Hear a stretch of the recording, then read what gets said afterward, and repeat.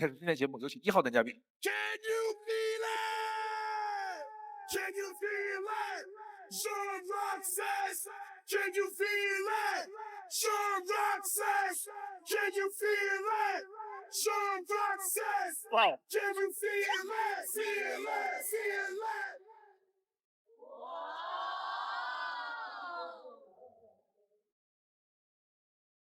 孟伟老师好，两位老师好，台上的女嘉宾还有观众朋友们，大家好，我叫侯俊和，今年32岁，来自格尔都天津。他下来有一种到自己的演唱会的感觉。对，嗨起来。接着奏乐，接着舞。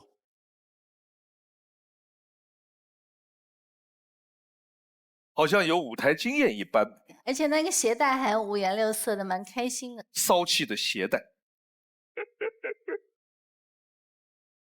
来，选你的心动女生。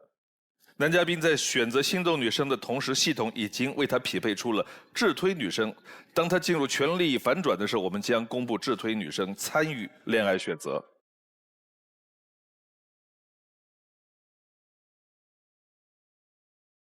爱之，请回答。你的第一个问题是，我希望女生在我喝酒的时候可以做我的警报器。就提醒你不要喝多了，是吧？啊，张震，我不会做你的警报器，我会做你的挡箭牌。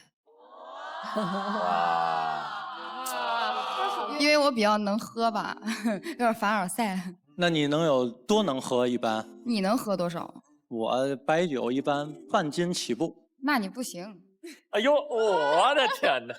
这个对话短短2句是刀光剑影啊！我跟你说，在喝酒的时候认怂不丢人，一点儿不丢人。你看，我帮你问一下，台上超过这个酒量的女生举手，我看看。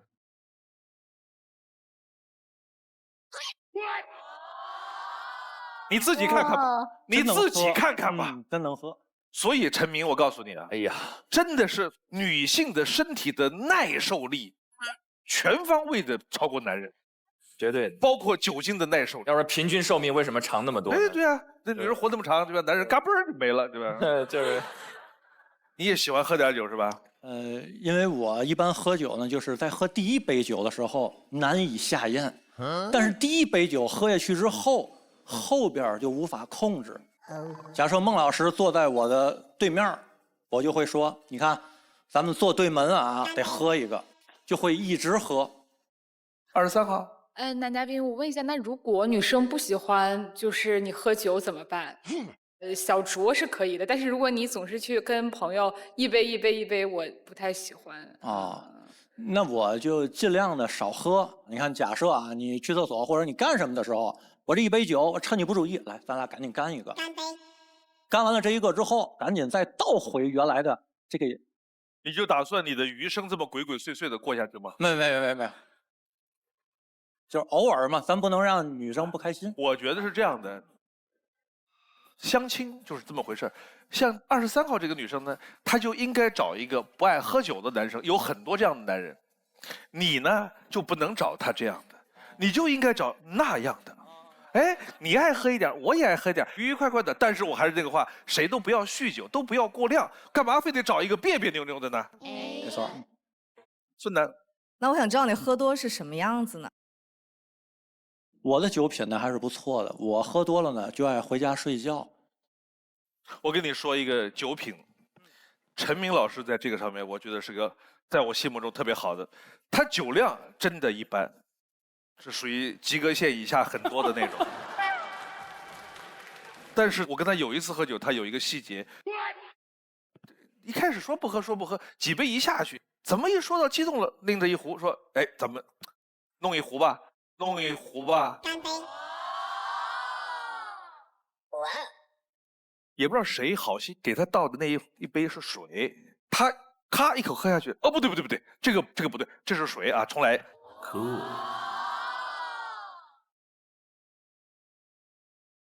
他不说谁知道？他是真的想喝酒。那个时候真喝多了。那一般没喝多也不能干这么傻的事儿。我就是在喝多了的时候，我们看出了一个优秀的人品是这样的啊，很好。你的第二个问题，我不希望女生在马路上就是要求我帮她系鞋带。你前女友干过这事儿是吧？所以你弄了这么骚气的鞋带是吧？没有没有没有没有。我的前女友呢，也是在马路上，非要让我给她系鞋带儿。你说当那么多人面儿，对吧？你说给系个鞋带儿，还得蹲下系，搞得跟求婚似的，是吧？我就给她系了，系完了吧，她还要求，你看看人家网红系的多好看，你系的这个。哦，这个鞋带是那个哦，这是之前网上很火的几张图片，对，我记得这个。都是一些这个网红技法啊，多不好，对吧？这件事儿，觉得男朋友在街上给你们系鞋带，你们很享受、很喜欢这个事儿的女生举手，我看看。Oh my！ 2/3，2/3。不希望女生在马路上就是要求我帮她系鞋带。好，那觉得挺不喜欢，甚至有点反感这个举动的女生举手，我看看。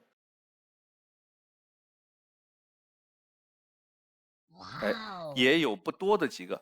23号说一说反感的原因。因为我觉得就是有点很肉麻，我喜欢自己系鞋带儿。所以，在这个领域里边，你看23号多么特别，在喝酒的事情上面，他正好跟你不一样；在系鞋带的这个领域里边，他跟你高度契合。你看这怎么办？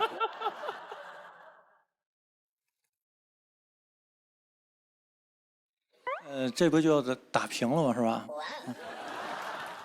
再看第3关。冯坤阳。这个问题我可不可以理解为说你不喜欢宠女朋友，或者说不喜欢让别人知道你很宠你的女朋友啊？请问？这个不是这个意思，我很宠我的女朋友，我的意思就是，你让我给你系鞋带儿，对吧？我都给你系了，但是你还是要求我必须得给你系成网红的系法，对吧？那我是真的不会，问题是。其实我是这么想，我可以理解你们对这种恋爱当中高甜度的这种爱情的向往，但是我觉得爱情它也有很多样子，不同年龄的人、不同性格的人，宠女朋友和他们对甜蜜的爱情的那种想象的情景、场景、细节是不一样的。那个孟老师这里有2个关键点，第一个关键点叫当街。对。就是当街是周围有很多人的时候，你帮我系，和没有人就在家，我觉得是完全2种概念。我曾经说过这样的一句话：我给你999朵玫瑰，夜里1点钟，让保安悄悄送你家去。没有一个人看到，你要吗？没有人要，要的是什么？要的是在办公室所有其他，尤其是你讨厌的那些妹子在旁边的时候，来了一把玫瑰花，哇，这谁呀？谁呀？呀！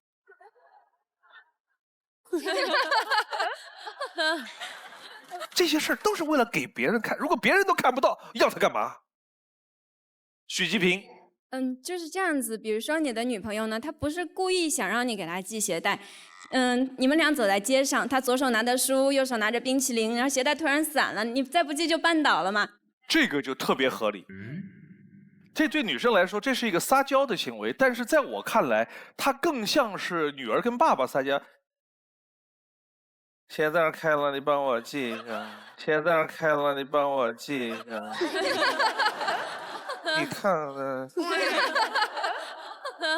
我发自内心的想了想，如果我的男朋友鞋带散了，我愿不愿意当街蹲下来给他系鞋带？多少女生，我想问一下，能够当街帮男朋友系鞋带？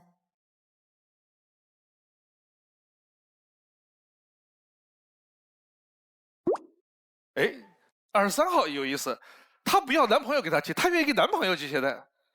来，你发表一下获奖感言。就是我觉得，如果他就是真的鞋带松了，我作为他女朋友，我确实应该帮他系啊，这没有问题。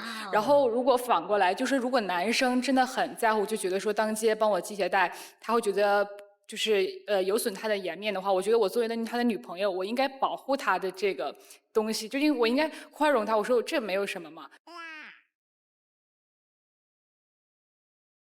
哎，我还有一个好奇的问题，我想问问孟老师和陈老师，如果你们当街正好鞋带那个了，你们老婆愿意蹲下来给你们系鞋带，你那一刻的内心是觉得很骄傲、很开心，还是觉得好肉麻？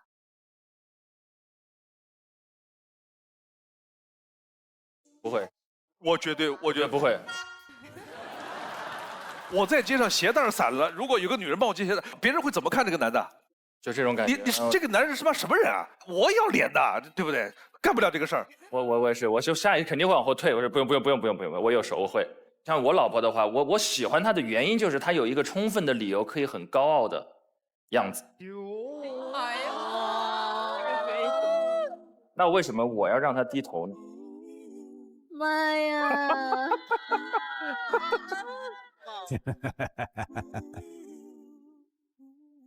看第一条片子。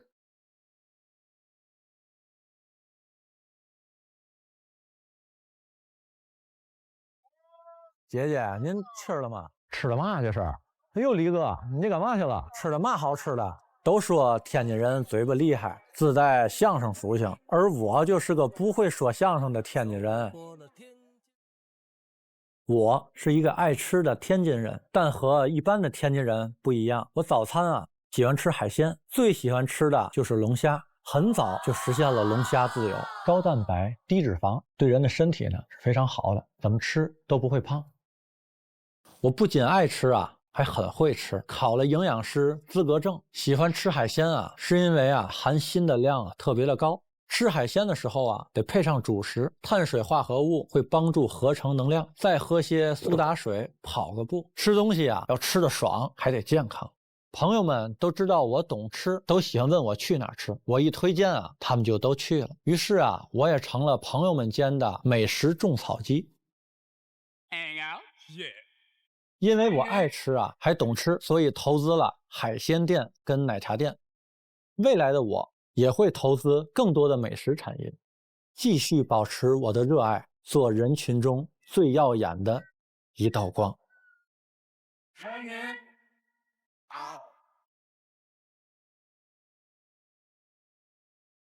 大清早就吃龙虾。因为我酷爱吃这个海鲜。因为天津呢，就是有一个老话叫什么呢？叫借钱吃海货呀，不算不会过。哦，他和龙虾的合影。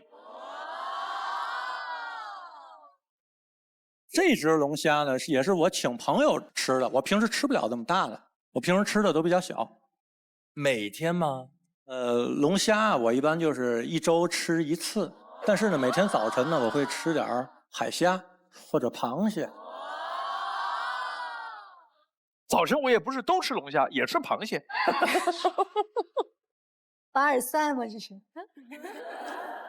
陈斌老师，你的早餐是？我们武汉一直自诩为就是早餐圣地，每天早上就是40-50种选择，可以不重样。来说一说你们的早餐都是些什么东西啊？冯坤阳。我早餐也吃米饭。哦，你就是这个干饭人是吧？对。他说他有龙虾自由，我有米饭自由，好吃、解馋、管饱、便宜、不胖。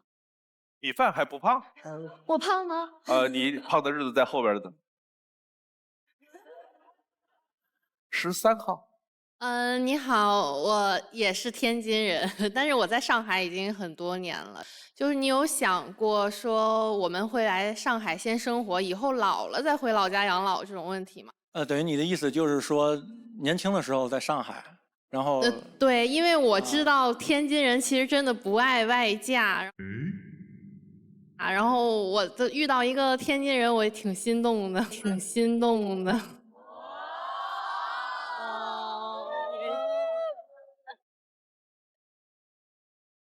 你说的这个问题呢，我觉得这个两个人要是在一起，要是真在一起的话，这个是可以的，我觉得。哎，啊，那你一只龙虾，俩人一分就完了。但是我不知道他爱不爱吃海鲜，是吧？哎，我特别爱吃海鲜，然后就我觉得天津女孩应该没有不太爱吃海鲜的吧？哇哦，天津女孩啊，一般就是爱吃海鲜，而且还会包这个海鲜。这能过一块儿？哦，那你会包海鲜吗？不会，只会蒸螃蟹。哎，他吃，他早餐也吃螃蟹，可以，合适。135龙虾，246螃蟹。哎，你是一个营养师，你那个早晨吃螃蟹和龙虾对健康没有什么？这个海鲜啊，其实就是吃多了呢，可能会这个嘌呤可能会高一点。但是怎么办呢？咱们可以喝点这个苏打水。哦，酸碱中和。喝酸奶没用吗？酸奶我一般都是喝酒之前喝点酸奶。我来点酸奶。哦，天津话的这个特点，你归纳一下，每句话结尾尾音是嘛？是嘛？你干嘛了？哎啊，天津这个嘛啊，其实就是什么的这个意思。武汉话的特征是就加个啥，我觉得这个归纳的很准确，就什么都有个什么是啥，一个么是啥，什么咯，就是长沙的，那确实是这样的咯。还有谁总结一下你们当地的方言特征？许吉平。大家好，我是绍兴人，然后我们那边呢，绍兴自古出师爷，因此呢，我们那边的方言都会带一个哉字。就比如说我吃过哉，就是我吃过哉。哦，曾经好几年前就有说这个财务自由它也是分层级的，比如说零食自由、超市自由、商场自由，这是龙虾自由。我觉得在这个上面还有一种自由叫工作自由，我想工作就工作，我不想工作就不工作。对啊，那其实那孟爷说的就是财务自由了。财务自由的意思就是被动收入大于平均支出。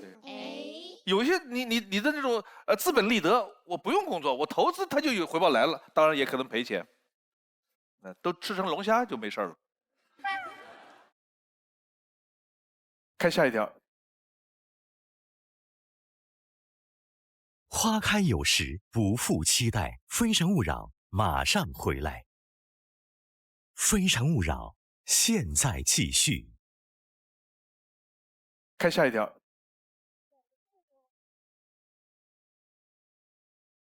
我有段印象深刻的恋爱，我们是在外甥女的神助攻下认识的。小姐姐，你什么时候在演出啊？时间可不一定啊。那你加我舅舅的微信吧。因为这样，我们有了联系，渐渐熟悉，我们就在一起了。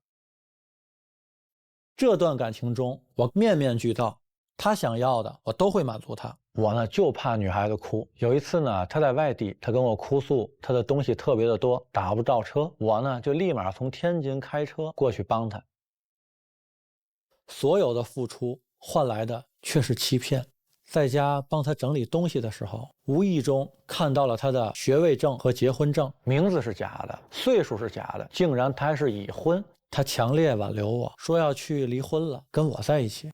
但我接受不了被欺骗，哪怕是善意的谎言，我还是会选择离开。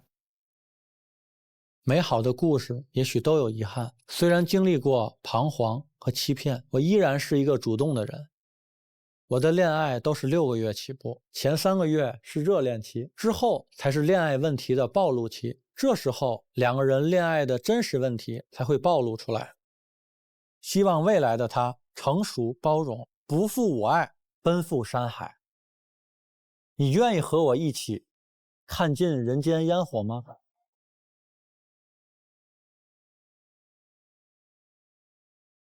宋方瑞。你好，男嘉宾，我看到你的你好 VCR 说，就是说，你的恋爱不是6月起步吗？就是后3个月就是感情的暴露期，但是你有没有当时想过怎么样去解决呢？这个我想过呀，就是两个人磨合嘛。我觉得对吧沟通也挺重要的。我的这磨合里也包括这个沟通了。我还想问一下，就是你的恋爱最长的时间是多久？最长的时间是2年，最短的呢？最短的就半年。孙楠，你好，男嘉宾。你好。我刚才看你说那个成熟包容的女生，我就觉得你是不是需要一个包容性很强的女朋友？其实我自身缺点没这么多啊，我也可以包容对方。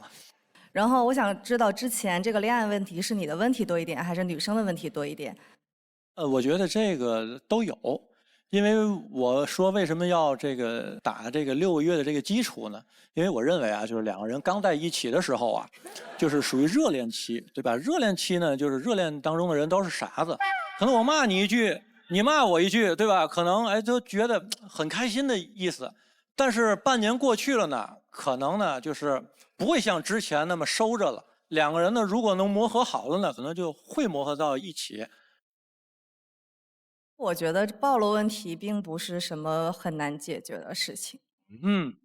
如果就是像你说，双方可能都在互相暴露所谓的缺点，但是互相都没有一个宽容，然后解决方式的一个方法，就是很难其实走在一起。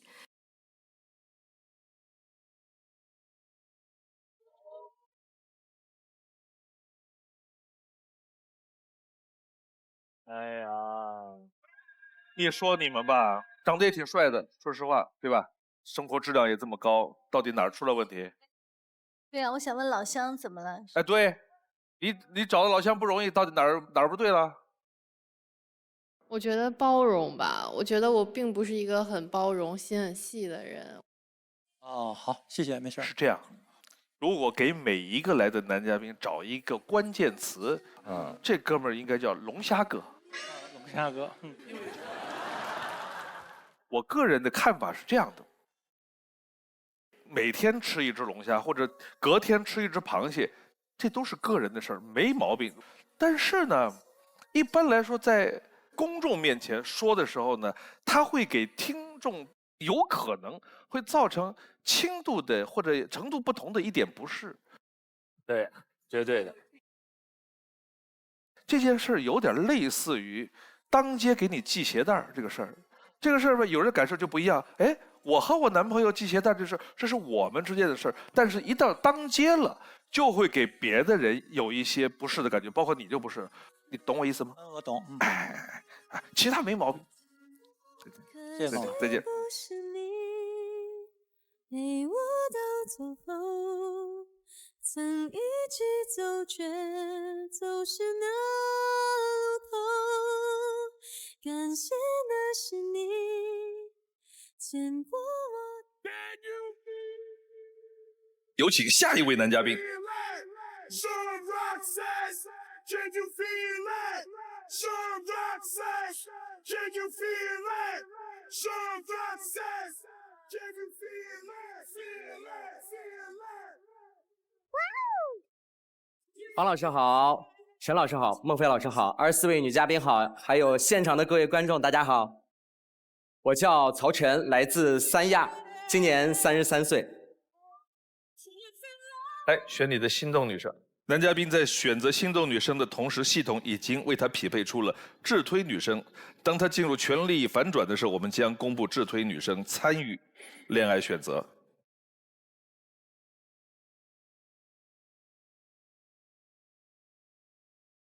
爱之请回答。你的第一个问题，我希望另一半和我在一起的时候，能和我一起穿情侣装。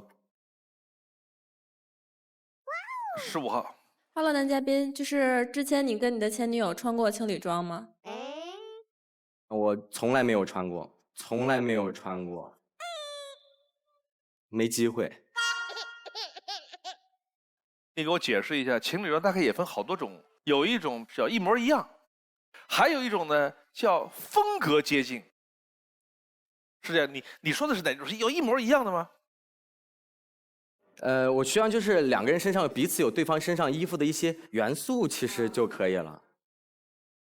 我曾经在街上看到过一对情侣走过来，女生下面我只吃饭不洗碗，男的大一号的字体，我只洗碗不吃饭。第二个问题，我不希望我的另一半啊脚踝比较粗。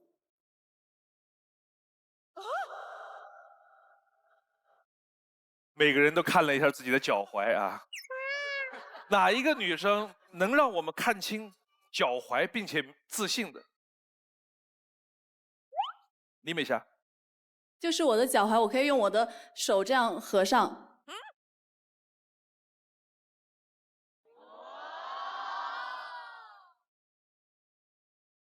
真的好美。哇，好大的手，好大的手。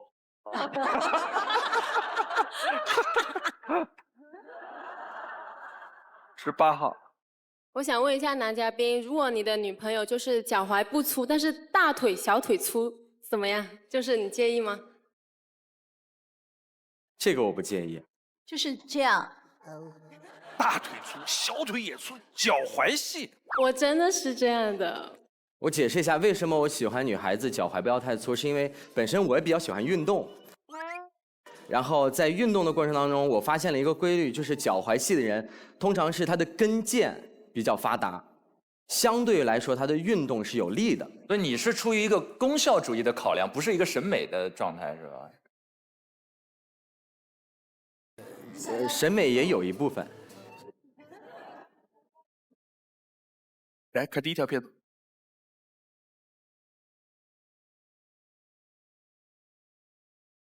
有多想逃离城市，离天空更近一点，离自由更近一点。跟我来一场造浪计划吧，以时速30公里在水面上驰骋，感受速度、飞跃和各种技巧带来的肾上腺素爆棚感。跃起的时间，我们叫它滞空时间。这是我们玩划水的弄潮儿的高阶挑战。那一刻就像是按了静音键，感觉时间都停滞了。留给你的只有空白的大脑和目光所及的大海。我是曹晨，因为对海的热爱，我从山西来到了三亚，现在是一名尾波冲浪教练，每年有200多天在海上，跟我的波塞冬在一起。这种日子太安逸了，人生活在这里啊，比起买车买房，更想拥有一条自己的船。我之所以这样享受当下，其实是因为当兵的时候参加过地震的救灾。看过了太多分离，我觉得珍惜当下，保持快乐才是最重要的事情。我也希望我的他赶紧出现，加入我的造浪计划，能陪我一起走在沙滩上，看着潮起潮落，日出日落。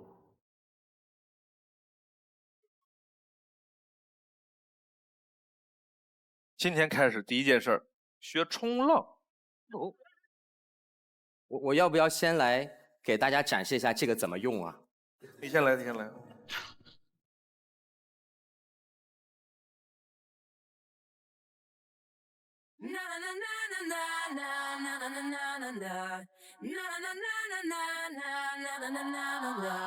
I guess I just lost my husband. I don't know where he went. So I'm gonna drink my money. I'm not gonna pay his rent.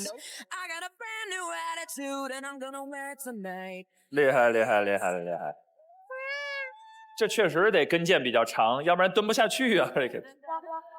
那脚踝这么好看的，李美霞来呀！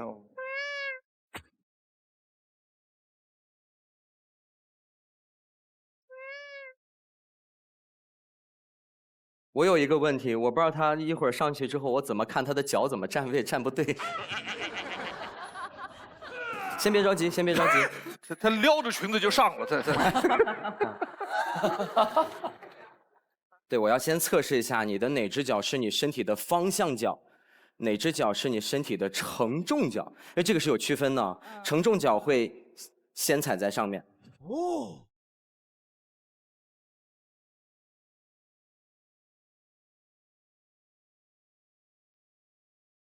哎，他是左脚先出的，是的。好，接下来的时间你可以先上右脚了。我来扶着你，我来扶着你。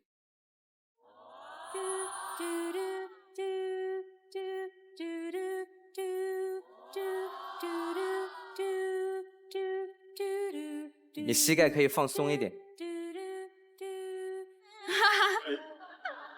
这个像那个 Elsa， 然后在海上那个感觉。对。注意力集中在前方，别老注意到他，就正常站着就好。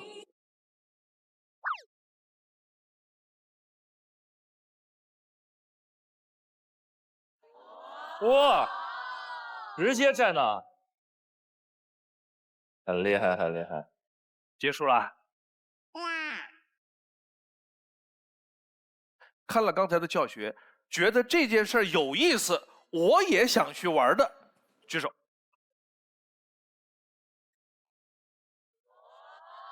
2/3以上。我想问一下4号，你不想玩这个的原因是？就是我在阳光下就会晒伤，而且三亚那个地方的阳光特别厉害。我告诉你，他要把脸洗了，就剩一排牙在这儿了。我晒伤过一次，那就是属于年幼无知。在10几年前，我第一次去希腊，都说要涂防晒霜，我总觉得这是女人才需要的事儿。结果无知吧，一晒3个小时，回去之后我发现身上不对了，发烫、红肿的那种，疼到什么程度？洗澡的时候，那个水开到最小的那个花洒，到身上疼。真的就是疼，哎呦喂，哎呦喂，哎呦喂，不行，简单的就能撩了这么几下，赶紧出来，持续了3、4天。23号，男嘉宾你好，我想问问你，就是除了冲浪以外，就是平时有没有什么其他的业余爱好，或者是其他的生活呀？因为我感觉你好像大部分时间都在跟海洋亲密接触，这样。我的生活每天早晨推开门就看见是汪洋大海，然后就开始去带学生，然后中午回来自己做个饭，下午继续去带学生。哇哦！那你要是谈恋爱了呢，怎么办？你和女朋友的时间怎么安排啊？只要我休息的过程当中，我可以去陪她做她喜欢做的事情和想做的事情。那你得找一个女朋友，如果不在三亚，这可咋办呢？是这样的，我现在还是比较喜欢我目前的状态。如果我的女朋友需要觉得可能我的工作会影响到我们2个人恋爱，那我可能会重新考虑。吴婷，男嘉宾你好，我有一个座右铭，就是每个夏天都是一场英雄式的冒险。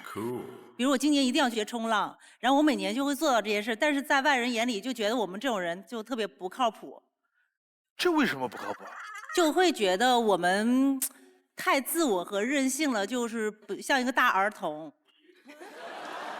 你这个说的不对，每个人都有权利学习任何自己想学的东西，学什么都是自由，对吧？看下一条。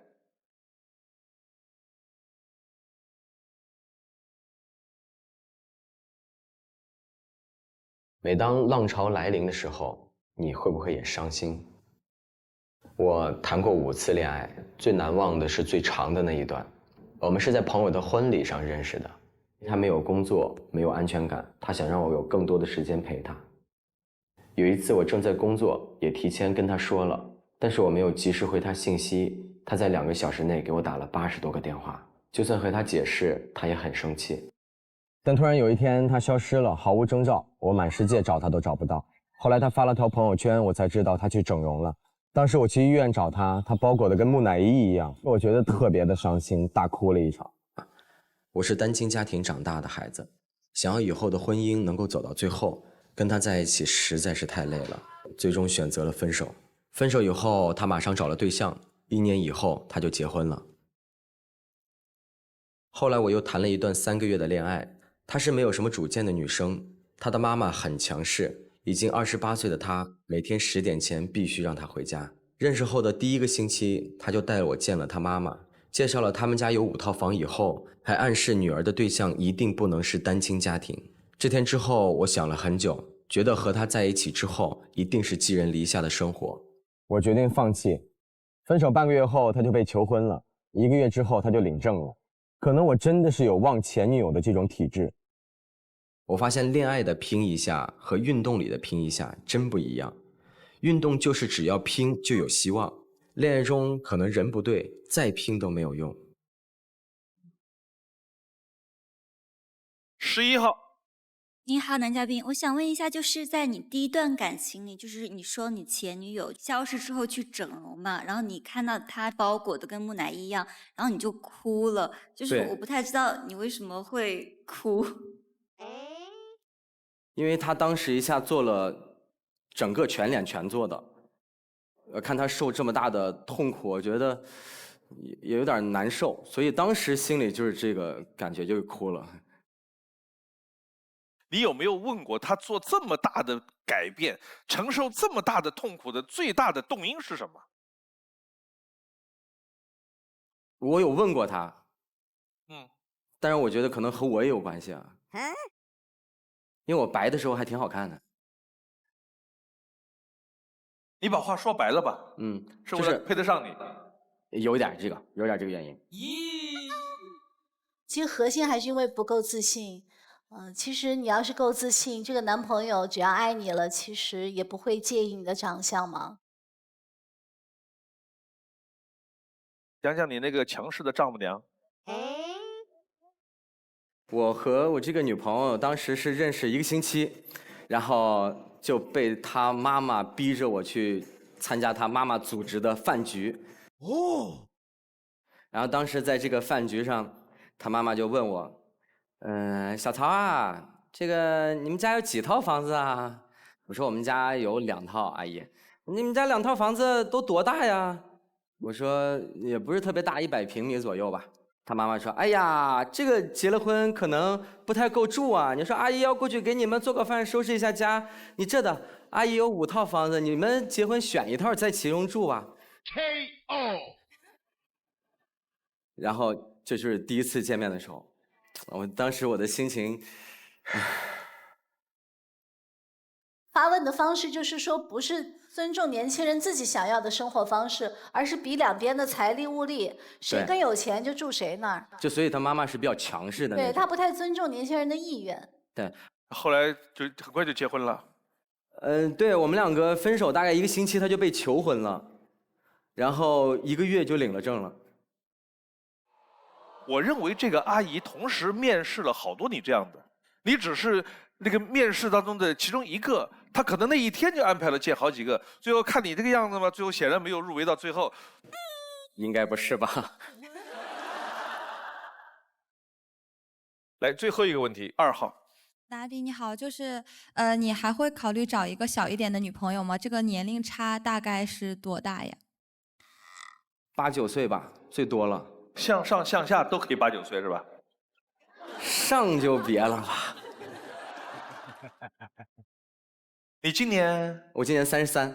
33哦。2号是24，差9岁。在你的完美区间。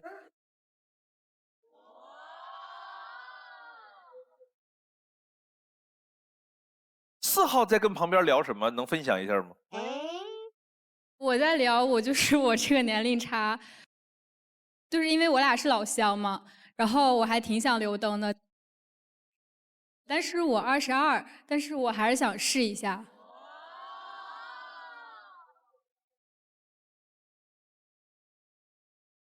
可以，有请2号、4号。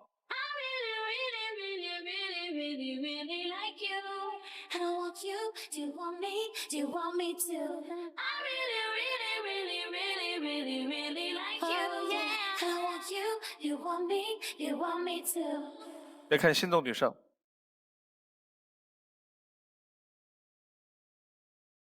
22号。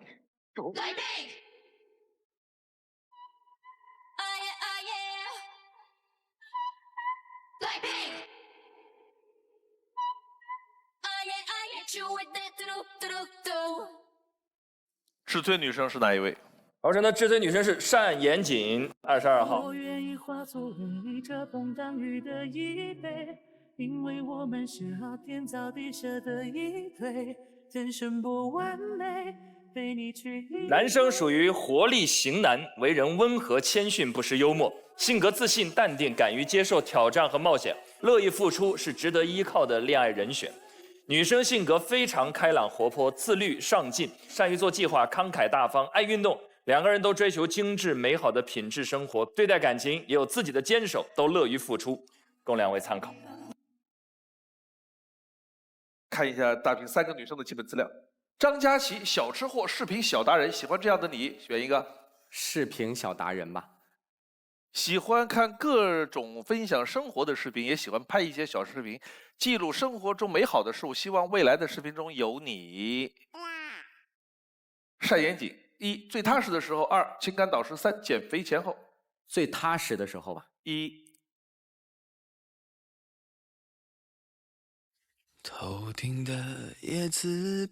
我尝试过很多种生活，在办公室做白领，在国外做服务员，兜兜转转一大圈，发现自己还是做舞蹈老师的时候最踏实，最有幸福感。可如此幸福的生活，唯独少了爱情。如果可以，我也想向我的爱情勇敢一次。我坚信他会向我走来，而我也会奔向他。那么你又在哪里呢？尹怡文，小期待，这就是我，家有萌宠。这就是我。Hello， 你好，我是尹怡文。热爱自由的我，选择从上一份航空工作离开，来到了一家新媒体公司。爱打游戏，也爱唱唱歌，在武汉养了一只17斤的大肥猫。嘴硬，心软，爱笑，但泪点也很低。男孩子的性格的我，其实有颗少女心。好看的皮囊不重要，你是那个有趣的灵魂吗？最后一个问题问3个女生。我是一个可以随时从零开始的人。如果我们在一起了，你愿意和我一起从零开始，走遍这世界的每一个角落吗？就是我觉得从零开始就需要特别大的勇气，但是嘛，我现在也没有开始，我还是个0，所以说其实这个问题对我来说没有什么。因为我还在上学嘛，然后你现在读什么专业？我读财务管理，但是我跨专业考了新闻传播。哇哦！所以说我就特别喜欢陈明老师。哇哦，有眼光啊！对。不，我是说你考新闻传播有眼光。善严谨。我觉得这要看这个人是谁吧。就是我觉得，年轻人，反正我现在就应该有那种去闯的勇气，然后你有，那我肯定也有。你要做最后的决定，选善严谨有可能被拒绝，你自己回去。另外2个女生，你可以牵手其中一位，告诉我们你的决定。花开有时，不负期待。非诚勿扰，马上回来。非诚勿扰。现在继续，告诉我们你的决定。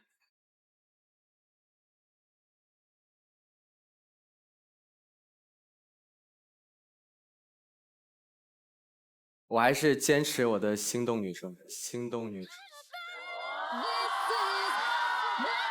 2位女生请回。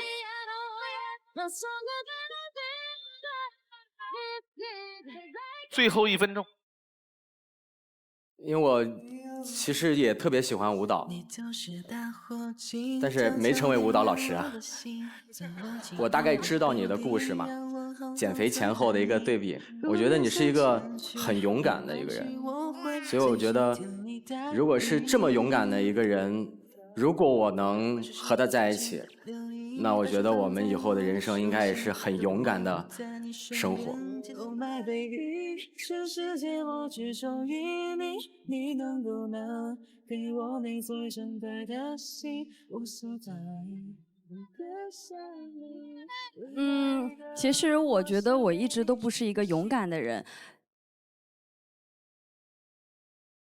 首先很感谢您，我也不好看，我觉得，但是感谢，谢谢。走之前吧，就在这个位置，我说2句我的感受。第一，我很喜欢这个小伙子身上那个劲儿，33岁了，做着自己爱做的工作，尤其是说我可以随时从零开始。说这个话是需要有些勇气的。什么叫年轻的样子？两个女生的回答也很好，愿不愿意跟我从零开始？那个女孩说：“我现在就是零啊，我不介意和一个我喜欢的人从零开始啊。”包括她说：“我虽然年龄差11岁，但是我愿意试试。”我特别愿意听到的就是，虽然有这样或者那样的一些看上去的差距或者不合适，但是我愿意试试。这就是我刚才我喜欢的，叫年轻应该有的样子。再见。可惜不是你陪我到最后，曾一起走，却走失那路口。有请下一位男嘉宾。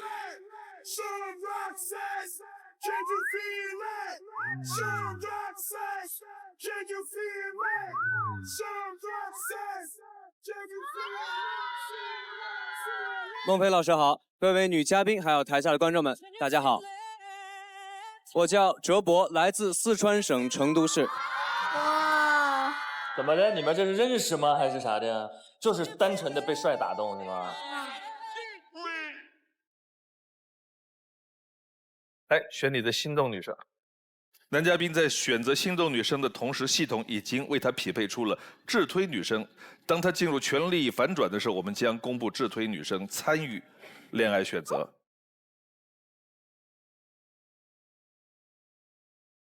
爱之请回答。你的第一个问题，我希望我的另一半可以一起陪我做中二的事情。比如哪些事情呢？就比如说我老家是北方的，我就很喜欢在冬天去踩雪，咯吱咯吱咯吱咯吱那样去踩。小朋友都会这样。贾明玉，就是我跟我之前的男朋友在一起，我也做很重要的事儿，就是下雨的时候，他不是有水坑嘛，我会故意带着他走旁边，然后趁他不注意的时候，嘣跳一下，然后溅他一身，我就很开心。啊，我会把另一半牵到水坑里面。那你可能会被挨打。对，经常挨打。那以后他们俩见到水坑都很开心啊！哎，对，你踩呀。陈烨，就是读书时候，我会想着跟男朋友，我撞你一下，你撞我一下那种。对，就这种很开心、很幼稚的事，就是会促进两个人的感情。对。你的第二个问题。我不希望我的另一半会跟我抢着拎购物袋。因为我之前谈了一个女朋友，就是换桶装水的时候，很大一桶那种。你不要，你好好比划，你再比划一下这个桶，很大一桶，很大一桶桶装水。每次我就觉得我这种事应该男孩子来做，对吧？哎，我就说来嘛，我换嘛，很轻松，我就可以换上去。他呢就起一边去，哎，不可以。然后他就会颤颤巍巍的把那个桶装水扛到肩膀上，放在那个饮水机上面，然后这种就会让我感觉哇，我好没存在感。你是我男朋友吧？这个事儿15号的感受是，就是我也能拎桶装水换上，然后也不用颤颤悠悠，就很自然的搬上去，很轻松的搬上去，就觉得是很自然自己也能做的事情，因为也不可能每时每刻你都在我旁边呀。但是你需要我的时候，我一定会在你旁边的。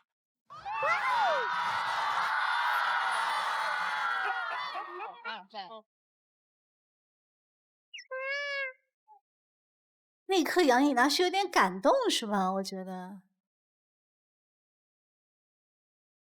惊讶，有点奇怪。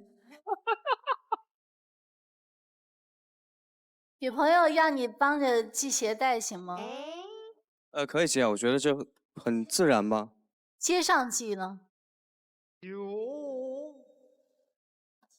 可以啊。哦。哎，每个人尺度是不一样的。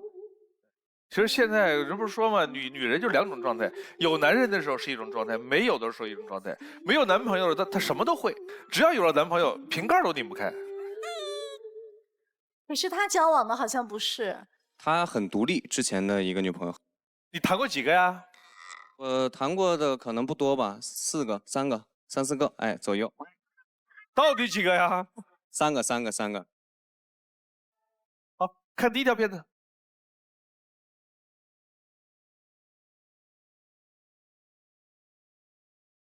往左一点，再过去一点，注意情绪，保持。准备了，上。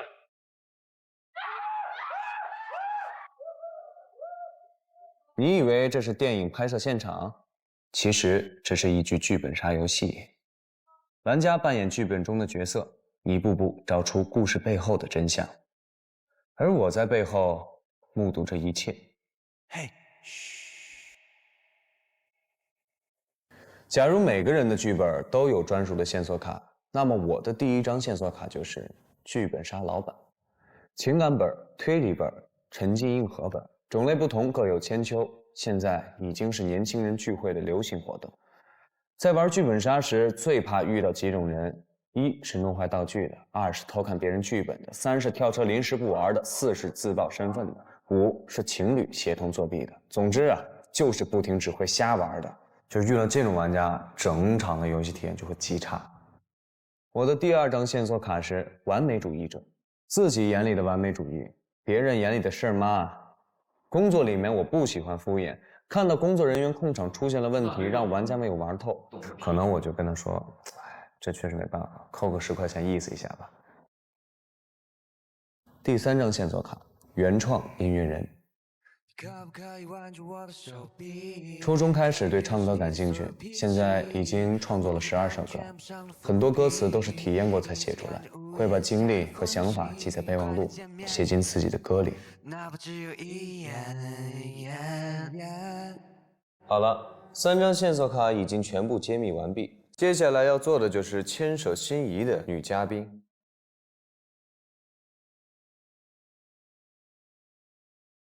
爆灯了。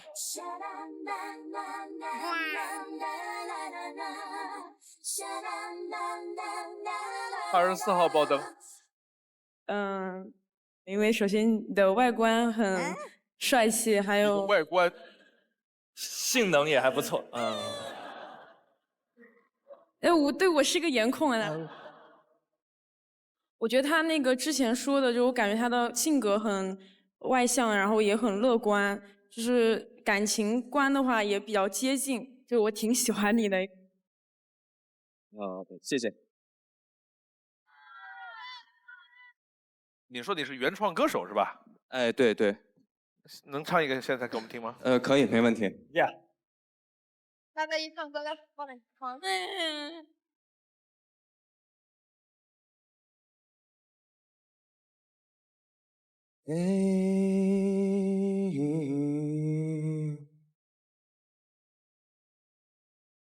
再次见面，你可不可以挽住我的手臂？可以认识你的所有脾气，我会把你全部上了浮萍，一起看着屋檐下的风景。快点见面，我快点见面呀！我想再次看到你笑，我想和你一起大闹。我让你知道我的肩膀更加可靠，我会把这每分每秒全部存好。Oh baby， 你有一种说不出的魔力，让我对你每时每刻着迷。Honey， 时刻关注你那变了天气，想要再次陪着你调皮。我想见你，不止夜里。这可以啊，这个哈。你觉得这2种身份当中，你更享受哪一种？肯定是更享受这个音乐人，就是这个是从小的梦想，但是现在可能变成一种爱好。我对剧本杀了解的不多，但是我仅仅知道的一件事情就是，现在通过剧本杀这种活动来脱单的那个概率大概不亚于《非诚勿扰》。哇哦！经常一块去玩这个，玩着玩着就那个。对，有很多情感本嘛，正好是分到了一个 CP 角色，哎。我觉得他好像是我们潜在的竞争对手。简单的介绍一下剧本杀这个项目类型。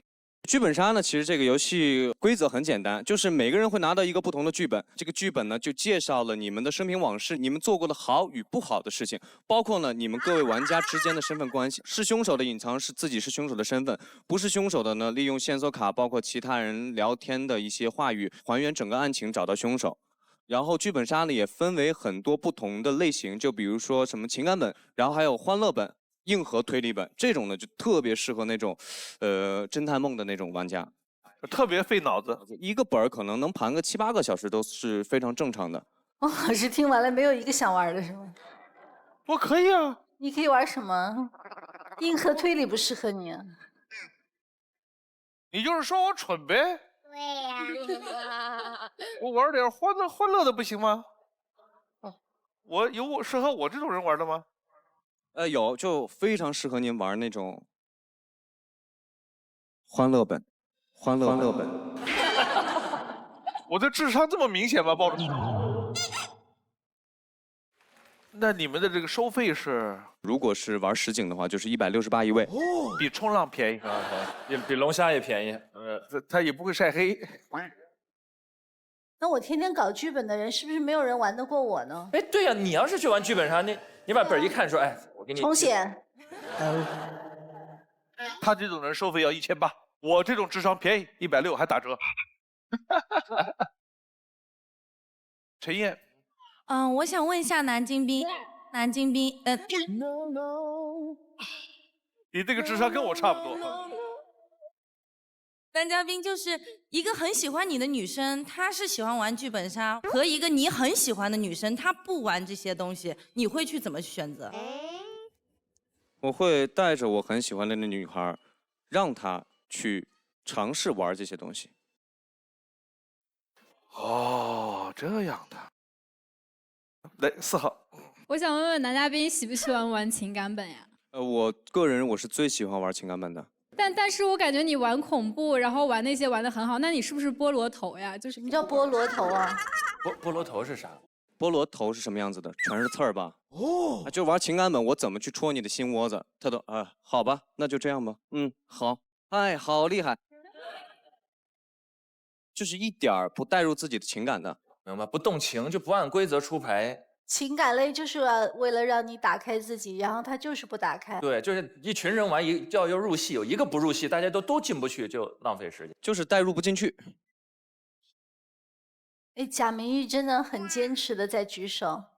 贾明玉，就是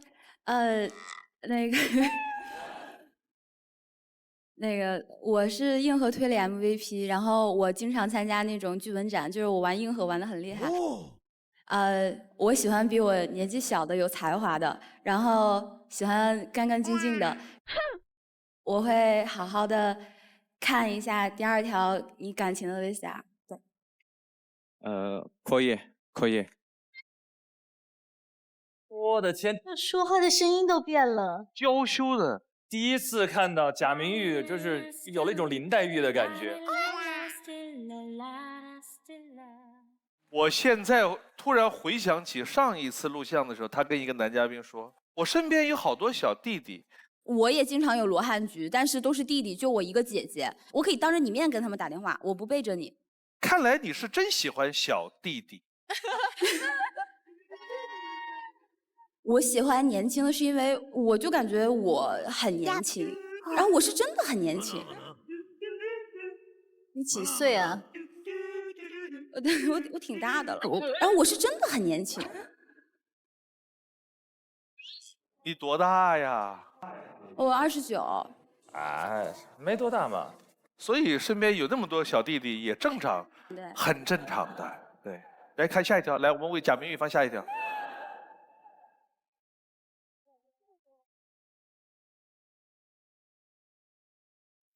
是时候来复盘我和你的这段感情。3年前，我看到他拿起话筒，就意识到会被他告白，慌乱间就躲到了卫生间。等回来，他帮我擦干了头发，笑着跟我说：“你是不是傻？躲什么呀？”我突然心动了。我们在一起的第1个月，也是最后1个月，每次看到他和其他朋友在一起的时候，我明明吃醋，但却从来不说。时间久了，我们之间的矛盾也就越来越多。直到听到他跟我说分手，我也嘴硬地说分就分嘛。其实我明明很在乎的。我们分手后的5个月，各自都有了新的恋情，但又很快都恢复了单身。我开始慢慢怀念他的好。后知后觉的我开始对他重新追求，死缠烂打的找他聊天，也为他拒绝了很多女生。就这样过去了3年，直到他对我说，我觉得我们可以试一试。我的激动和心急也成了他最大的压力和负担。他在最后一条分手的信息里面写道，放过你，也放过我自己，我们之间终究还是破镜难圆，我们的剧本也结束在了开始的那一天。有关未来的剧本是，不管你在外面什么样子，在我的世界里，你永远可以做一个小朋友。希望今天我能够遇到未来人生中最可爱的小朋友。贾明玉，什么心情？我在思考一个问题，因为我现在29岁，我有自己的工作室，然后我身边有很多异性，因为我现在在做自媒体相关的嘛。你之前的那个女朋友，是经常跟别的朋友在一起，你很容易吃醋。之前是。然后后来，那你有因为她跟别的异性朋友在一起，你又吃醋过吗？后来，他的朋友就变成了我的朋友。那你真的不会介意，就是身边很多异性吗？因为我自己现在在做工作室，我经常会外面有一些应酬，就是我们有什么说什么，很坦诚的来说这个事情。对，我觉得真诚是最好的，因为那是我很久之前的了，之前比较小，比较幼稚。其实我现在在考虑一个问题，就是你想找一个小女生，我很爱撒娇，我谈恋爱特别爱撒娇，但是我对外真的不是一个小女生。你对外又不是对我，对吧？好甜呢，莫名我觉得啊。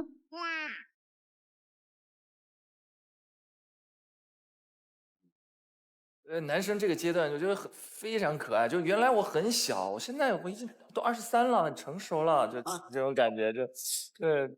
而且吧，贾明玉第一次让我看到跟男嘉宾沟通的时候，有那个走心的那个。真诚了。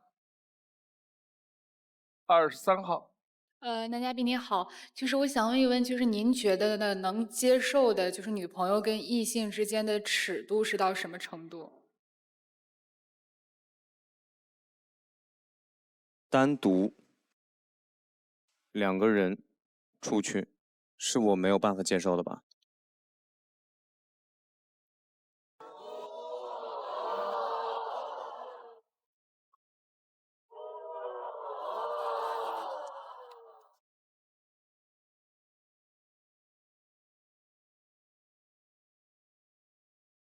这个集体灭灯是我近期来我最能理解的一次。单独2个人，万一是客户呢？客户的话就是这个就，你看看你说的那个话，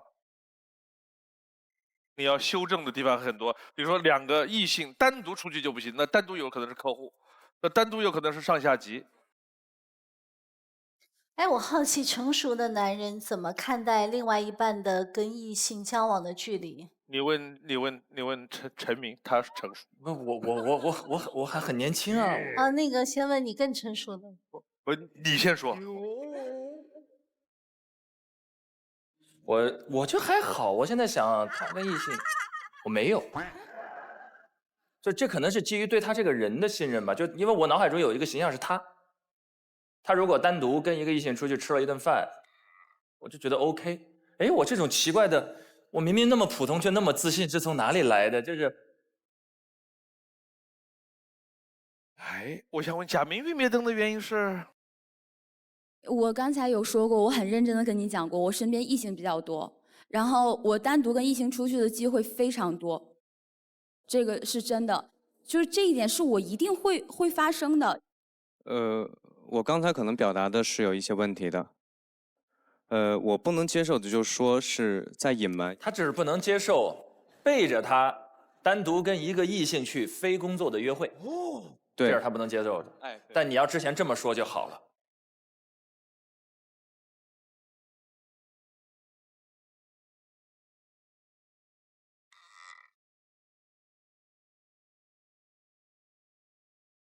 现在又是这样的一个情况啊。花开有时，不负期待。非诚勿扰，马上回来。非诚勿扰，现在继续。现在又是这样的一个情况啊。我们每次录像的时候都有2至3个女生在 stand by， 现在2个后场的女生都很喜欢他。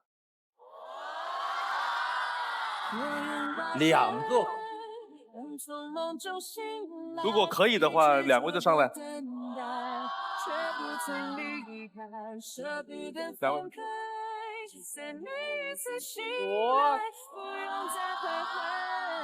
你就是我最美的期待。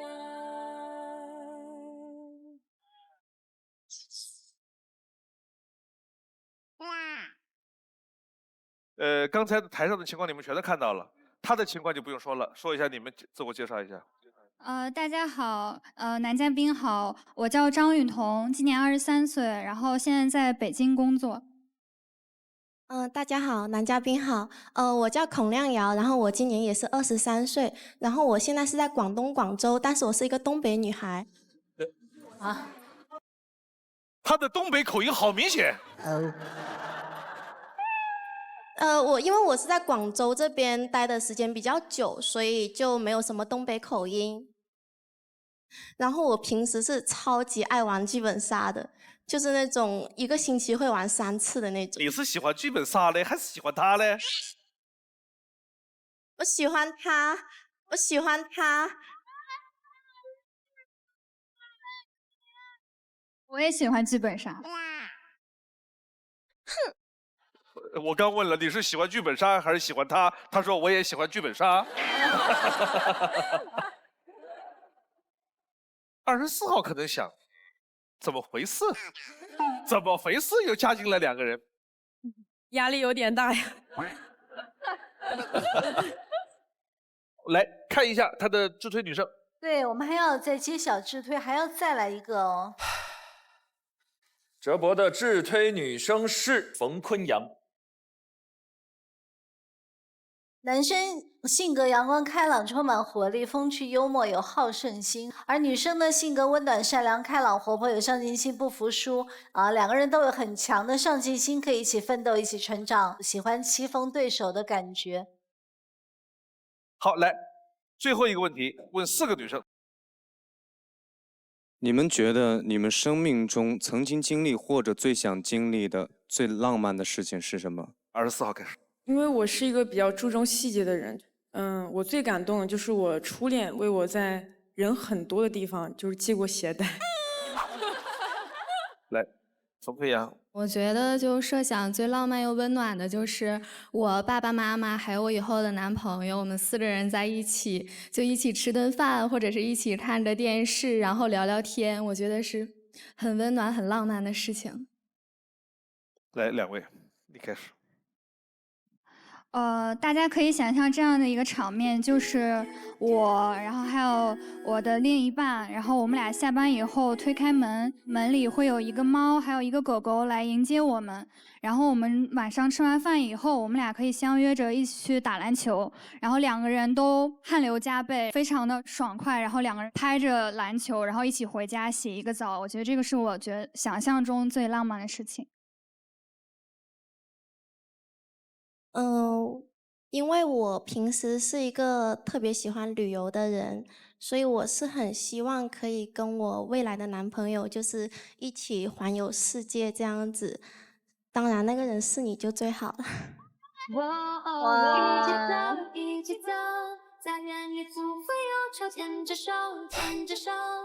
这很酷哎！一起环游世界跟一起在家楼门口打球，都很浪漫。对这完全是价值观的选择。来，给24号一点时间。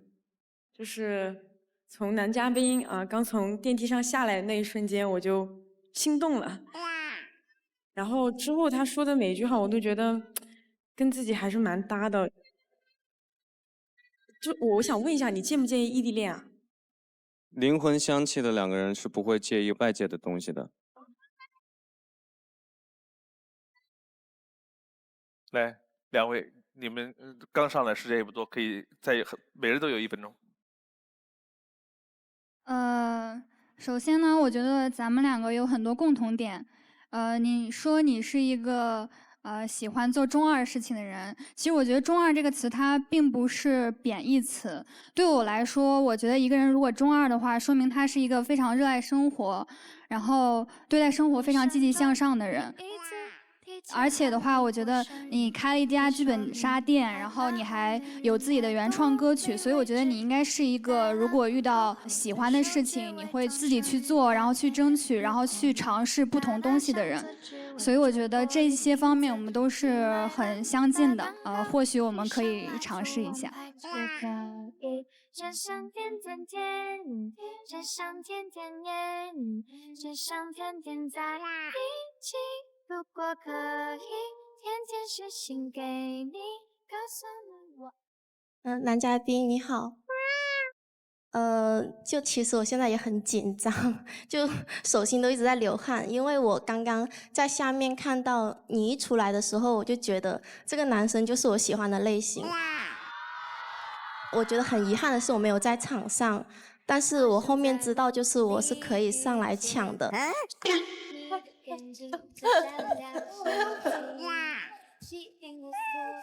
所以我就很勇敢的站出来了，但是我真的很紧张，我很希望就是你可以牵我的手，可以陪我走下去。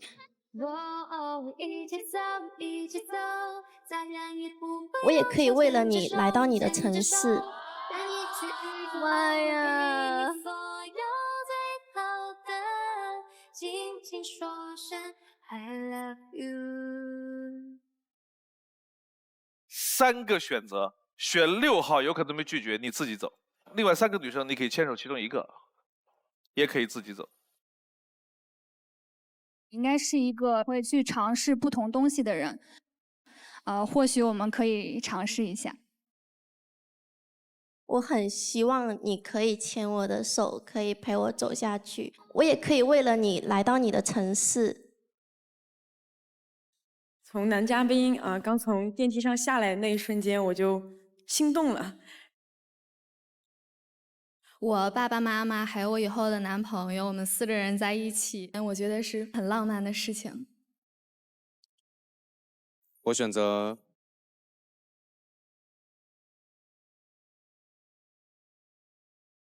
牵手。哇！我先说1、2、3、4就喜欢你，然后说5、6、7、8就爱上你，想靠在你怀里，想融化你的心，我愿意，厉害厉害厉害厉害厉害厉害！到天明。我先说1、2、3、4就喜欢你，哇！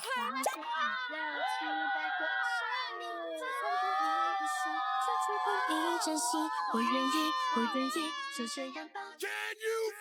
有请下一位男嘉宾。 Can you feel it? Sean Roxas. Can you feel it? Sean Roxas. Can you feel it? Sean Roxas. Can you feel it? Feel it, feel it. 孟非老师好，2位老师好，24位女嘉宾你们好。我叫李孝伟，来自河南，今年25岁，目前在上海工作。来，选你的心动女生。男嘉宾在选择心动女生的同时，系统已经为他匹配出了智推女生。当他进入权力反转的时候，我们将公布智推女生参与恋爱选择。爱之请回答。你的第一个问题，我希望我的另一半将来能跟我一起拍情侣 vlog。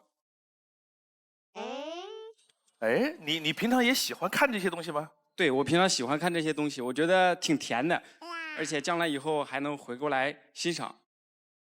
宋方瑞，你好，男嘉宾，我想问一下，那你和你前任拍过吗？没有。你是没有前任还是没有拍过？没有拍过，因为我们两个不是天天在一块儿，所以没有时间，没有机会拍。但是这里就有一个问题啊，如果跟这个女朋友拍了好多，就放在网上了，过2天分手了，新女朋友首先一来就刷那些。你看，这就是有经验的女人。对，我这么单纯就没有想到，互联网是有记忆的，知道吗？所以说就不要分手。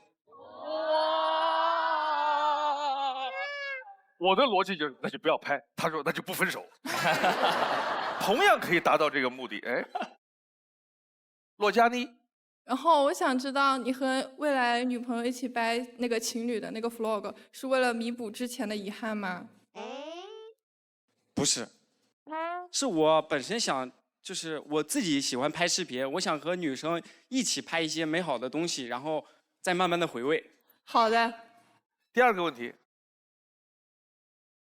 我不希望女生在和我聊天的时候3心2意，就是因为她平常要做别的事情，比如跟闺蜜在逛街的时候，然后一边逛街一边跟我聊天，可能她在试衣服的时候就把我扔一边了，然后我也不知道，就突然消失了，我挺……好，懂了。贾明玉，因为我知道有一类男生特别爱说废话，就很喜欢碎碎念。那你在碎碎念的时候，我肯定会3心2意，我可能在就是聊天或者玩游戏之类的。但这个时候我不是不理你，只是觉得你说的很无趣。你有没有想过，可能是你说的话题可能有点无趣呢？那你就告我，你就说我不想理你了。哦。啊，就是只要直接，哪怕说很直接、有点伤人的话，其实你是接受的。哎，对，你只要告我，不要突然消失就可以。哦，好，谢谢。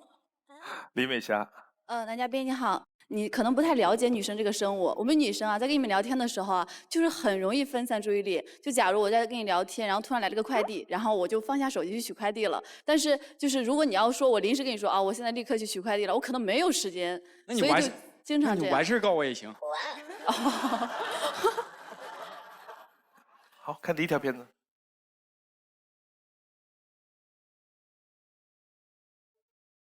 孝伟，来一下。我叫李孝伟，目前在上海一家宠物食品公司负责产品的线下推广。我的客户都是猫猫狗狗，所以简单来说，我的工作就是喂狗粮。白天我是上班的小白领，到了晚上就是一名视频博主。我做过游戏主播，解说过恐怖电影，目前专做内容吐槽。标题党、毒鸡汤都在我的吐槽范围内。我觉得吐槽是一种幽默的表达方式。理性的吐槽可以拉近朋友之间的关系，排解另一半的负面情绪。我是一个急性子，做事情不喜欢拖泥带水，所以有时候我为了赶更新时间，不吃饭也要先去制作视频。短视频做了差不多快1年，收获了有15万粉丝，也获得过搞笑优质 UP 主，兼职的收入也比上班多了。说起兼职哈，其实我在大学的时候就已经开始兼职了。那会儿家里条件不是很好，兼职一方面可以减轻爸妈的负担，另一方面呢，也可以丰富我的业余时间。我摆过摊儿，也送过外卖，尝试了之后觉得，其实大家工作都挺不容易的，生活上还是要多给别人一些宽容。记得我第一次送外卖的时候啊，因为路不熟，我就超时了5、6分钟。我当时很担心，就是说被拒单或者被投诉。但是买家态度很好，他不但没有怪我，还安慰我，给了我一瓶水。那天还下着雨，但我心里特别暖。现在的话，我主要想把视频做好。要是视频火了，我就再培养一波人，自己去当老板。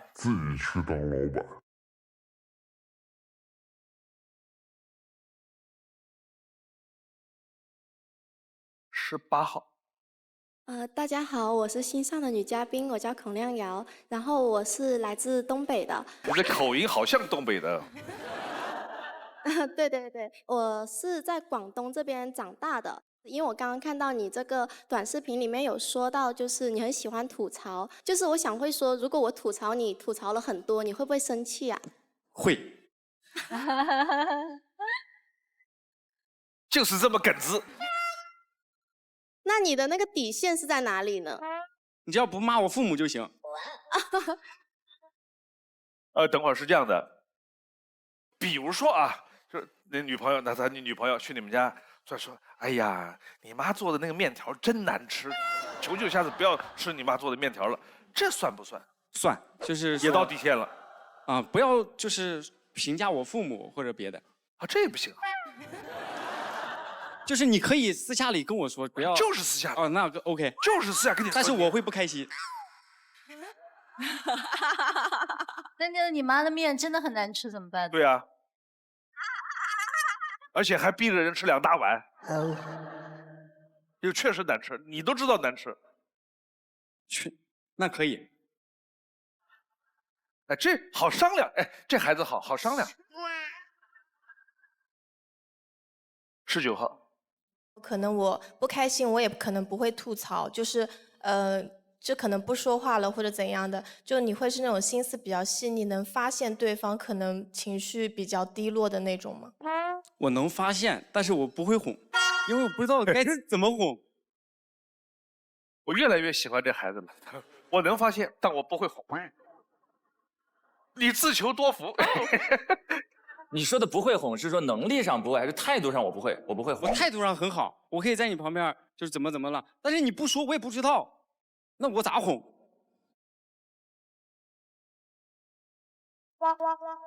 ？13号。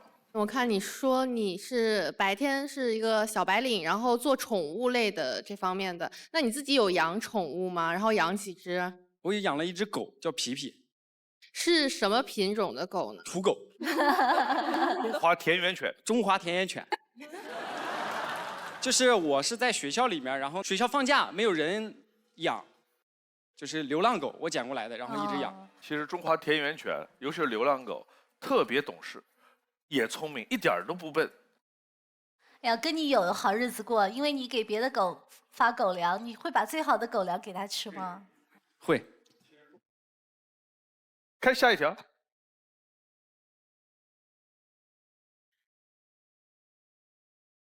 我问他为什么会变这样子，他没有说话。之后我们就再也没有了联系。他是我的一个粉丝，当时画了我的一幅肖像画发在了网上，有网友发现了，就让我去看。当时其实挺吃惊的，也挺有趣的，能够看出他很用心，他也很开心我回复了他。因为这幅画我和他在一起了，他不仅有才华，而且很有耐心，会主动的陪我一起熬夜，一起找素材，陪我一起制作视频。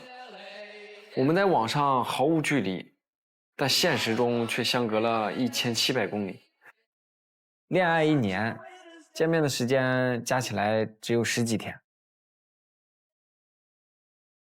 1年后，我们的话题越来越少，聊天也仅限于在干嘛，吃了吗？今天还好吗？熟悉又陌生。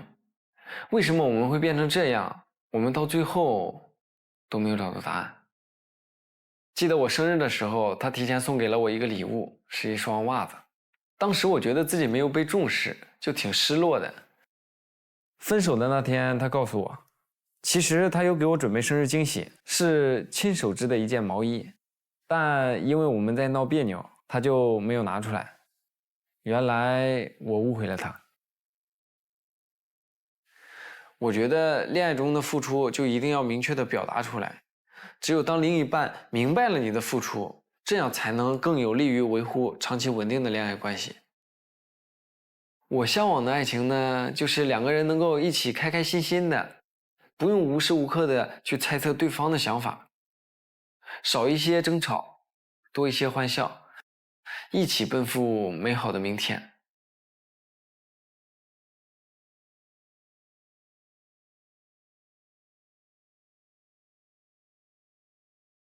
罗佳妮，男嘉宾你好，我很好奇是什么导致你们之间越来没有话题聊？因为一开始感觉你们就是也聊得挺好了，谈得挺好的那种感觉啊。时间长了呀。那你谈下一个女朋友，你时间长了，你还是没有话题聊吗？时间长了，一方面，另一方面就是我们俩1年之间就见了2次面，加起来总共不到20天都没有。单严谨，我首先先夸你一下，我觉得你很单纯，然后也很耿直。但是你中间你说，感觉是因为时间长了，然后2个人才没有话了。是不是你们2个就是更习惯于就是网上交流，没有真真正正的面对面好好聊过1次天？是不是因为这样子的？是因为这样。另外就是当初也不成熟，就是不会考虑他的感受，有很多话我就是说的很耿直。你现在也耿直。是的。导致就戳到了他，没有完全考虑他的感受。明白。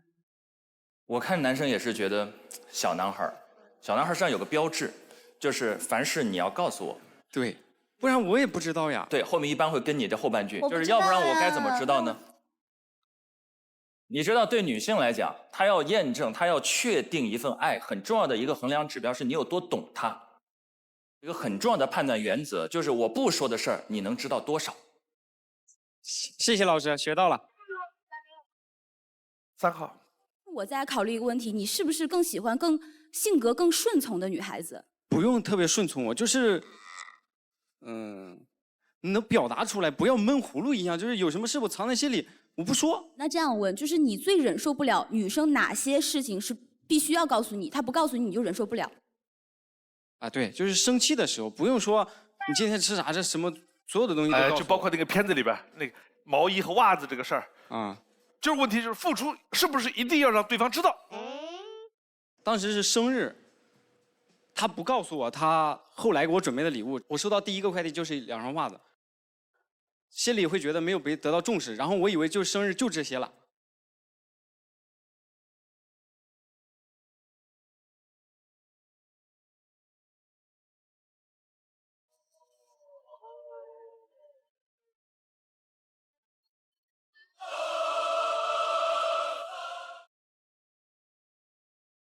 哎呀，我觉得这里面有一点哦，就是为什么大家灭灯？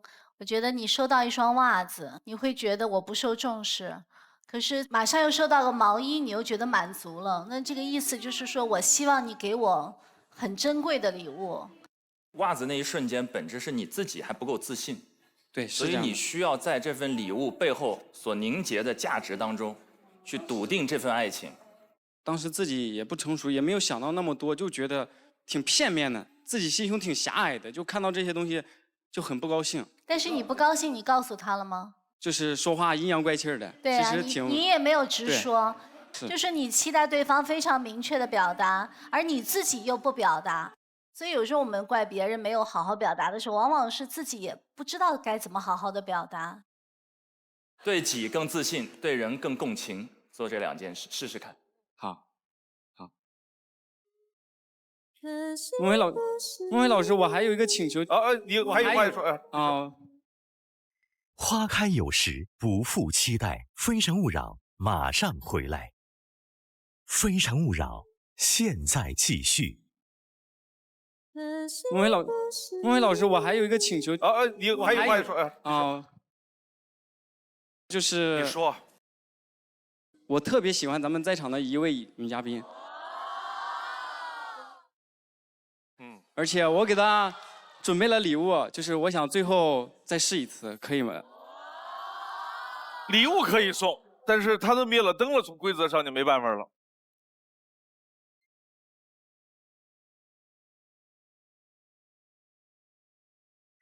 哇哦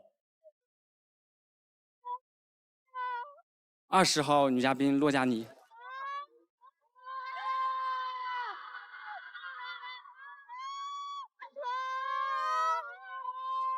我想最后再试一次。来的时候我还搜集了你很多资料，在各个平台。我真的很用心，翻了很多，给我做成了一个视频。孟非老师可以放一下吗？可以，可以，可以。啊，谢谢。哇哦！第几个100天，还是很有感觉，用眼睛去扫描你内。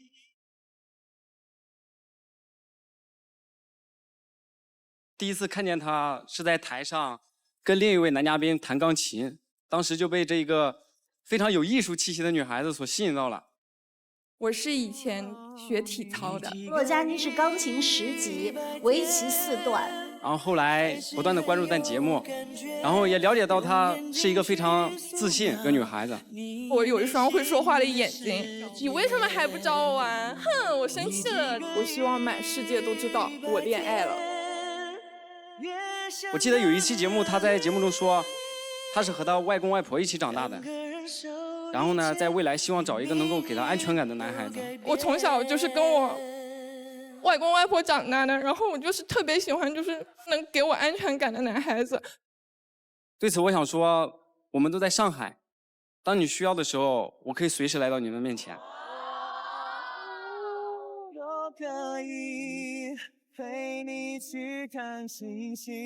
我对未来也有很好的规划，我也会努力，然后也不会再那么直男了。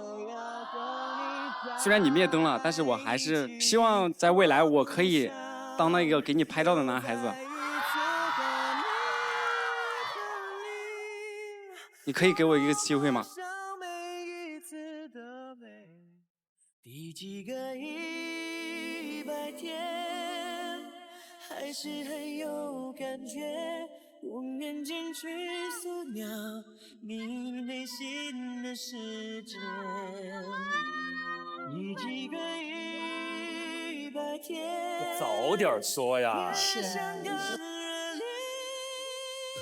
特别惊讶，我现在我还脑袋还是懵的，我就话都说不清楚。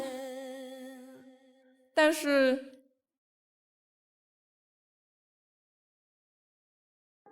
男嘉宾，你愿意以后哄我吗？男嘉宾，你愿意以后哄我吗？我愿意。我愿意。可以陪你去看星星。你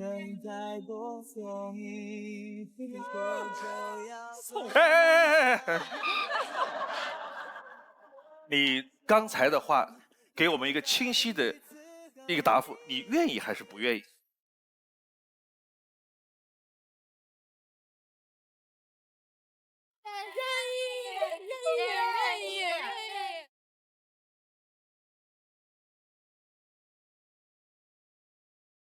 我愿意，愿意。你就是我的 super number one， 两个人一起制造甜蜜浪漫，靠在你身旁，什么都不用害怕。现在应该问我愿不愿意了，对吧？我要说的话，这个时候说这话有点不太合时宜。但是我们节目有节目的规则，女生她是灭了灯的了。节目规则是灭了灯就不能走了，但是听我说，但是啊，所以我得说问我吧，他不说这个话，我就不能说下面的话。他把话说完了，我一直就在看骆佳妮的态度。如果他没有这个意思，那自然而然你就可以走了。你不要着急，你不要着急，当我把话说完。两个人都表达了意愿之后呢，这个节目组1年像这样破例的次数呢，会允许1次机会。谢谢孟非老师。你看我是愿意给你，还是愿意留着后边还有半年时间呢？我希望你来，恭喜你们！谢谢孟非。